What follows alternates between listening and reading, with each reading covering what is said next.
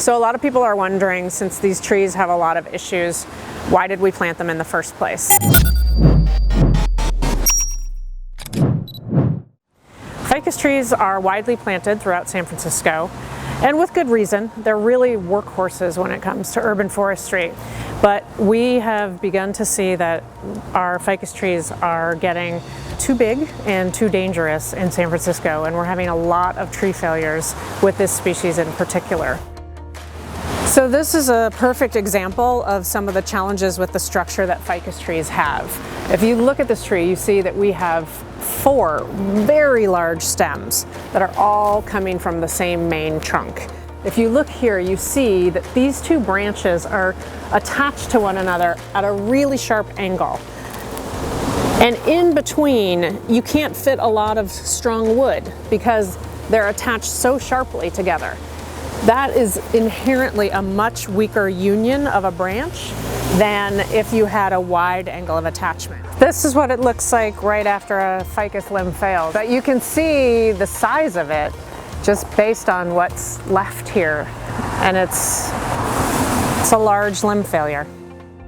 In some cases, we're seeing decline in the canopy of ficus trees. You can see these patches where there aren't any leaves at all. And that's a sign that the tree itself is in decline. And the other big challenge we have with them is the root system of ficus tend to be pretty aggressive, and they can also impact nearby utilities. And we can fix the sidewalk around ficus in many cases, but we don't want to cut the roots of the ficus too severely because we can destabilize the tree. One of the other challenges with maintaining trees like this in a city like San Francisco is our sidewalks are not that wide. So we've had to clear the branches away from the properties, but what that means is most of the canopy is all on the street side of the trees.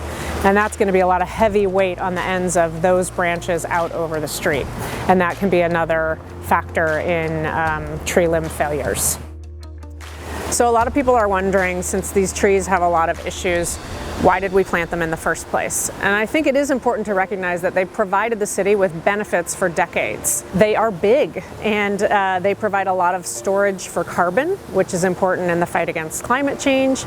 And they provide a lot of shade, and really, I think many people think that they're a beautiful asset. You know, when we identify trees like this for removal and people protest our decision, we really understand where they're coming from. I got into this job because I love trees. And it just breaks my heart to have to cut down trees, particularly if they're healthy, and the issue is that there's a structural flaw.